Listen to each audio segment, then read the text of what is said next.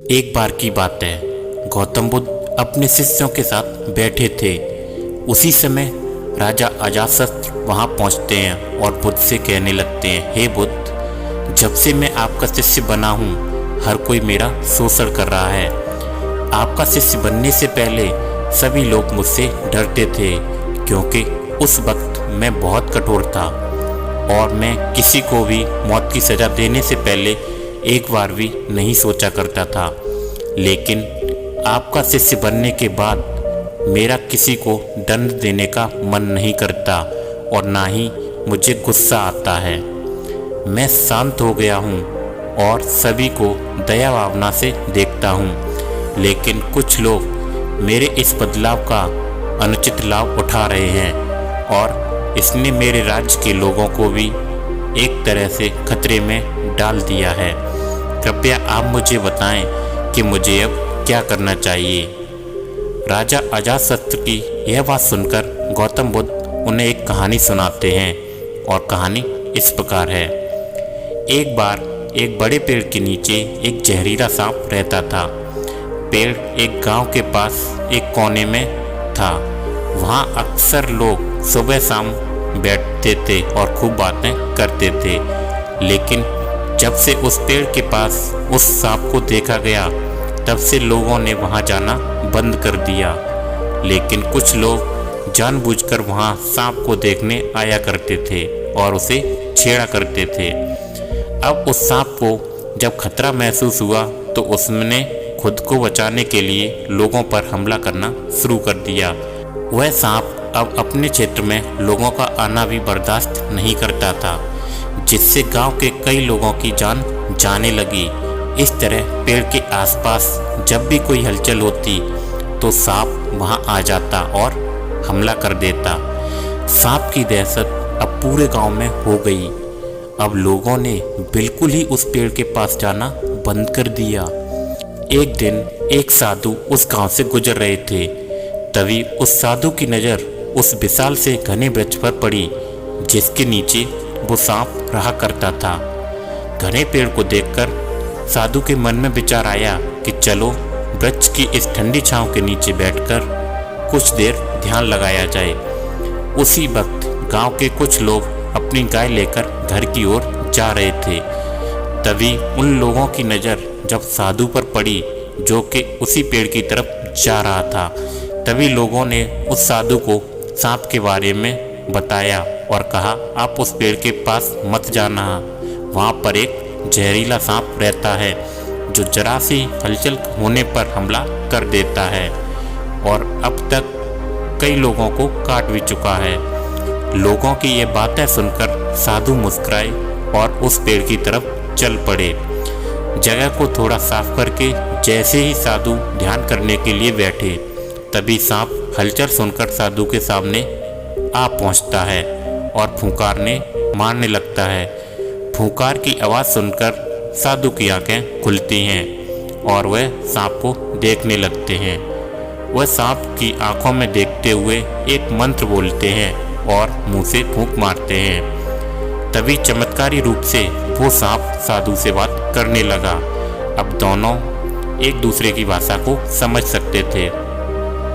सांप साधु से कहता है, हे मनुष्य, क्या तुम मुझसे नहीं डरते? क्या तुम नहीं जानते यह मेरा क्षेत्र है और यहाँ आने की किसी की हिम्मत नहीं है? साधु ने कहा, मित्र, इसमें डरने की क्या बात है? मैं किसी चीज़ से नहीं डरता, क्योंकि जब मैं जीने का लोभ ही नहीं रखता तो मृत्यु से क्या डरना।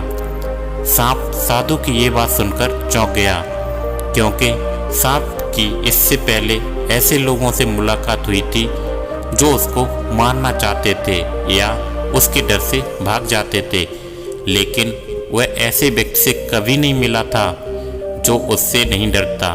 सांप साधु से इतना प्रभावित हुआ कि वह साधु के चरणों में पड़ गया और बोला, हे प्रभु, आप बिल्कुल सही कह रहे हैं। आज तक मैंने जो कुछ भी किया अपनी जान बचाने के लिए किया।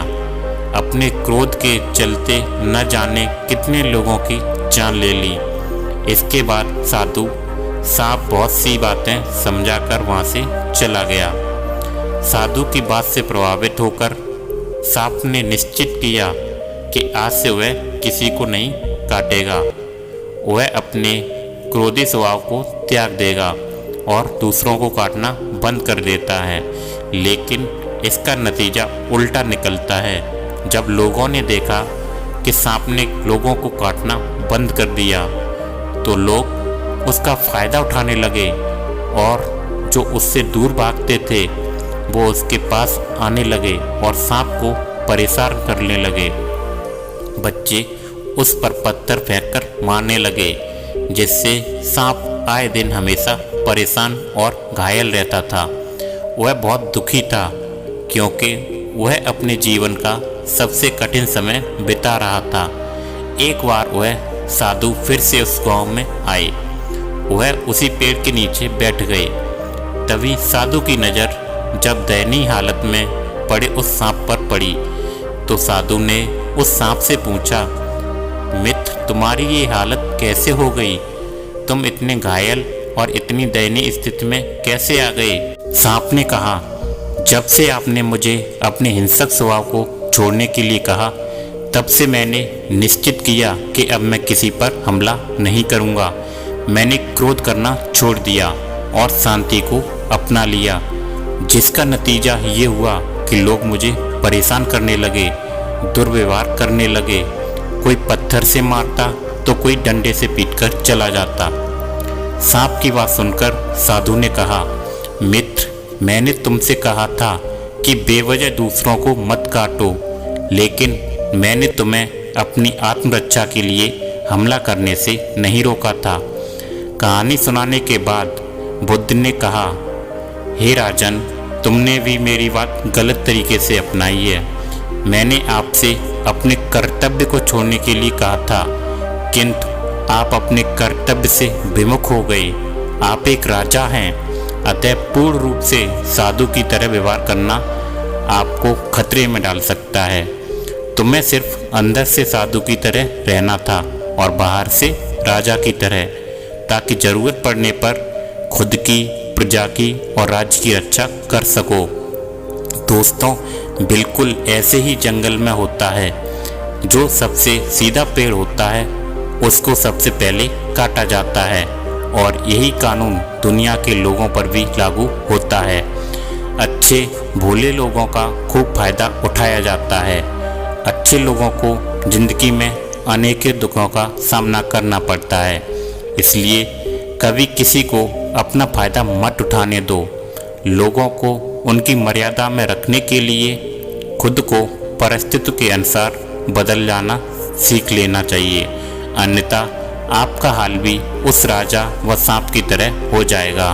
तो दोस्तों, उम्मीद करता हूँ आज की ये बुद्ध जी की कहानी आपको बहुत कुछ सीख दे जाएगी। अगर आपको ऐसी वीडियो देखनी है तो इस चैनल को सब्सक्राइब कर लीजिए।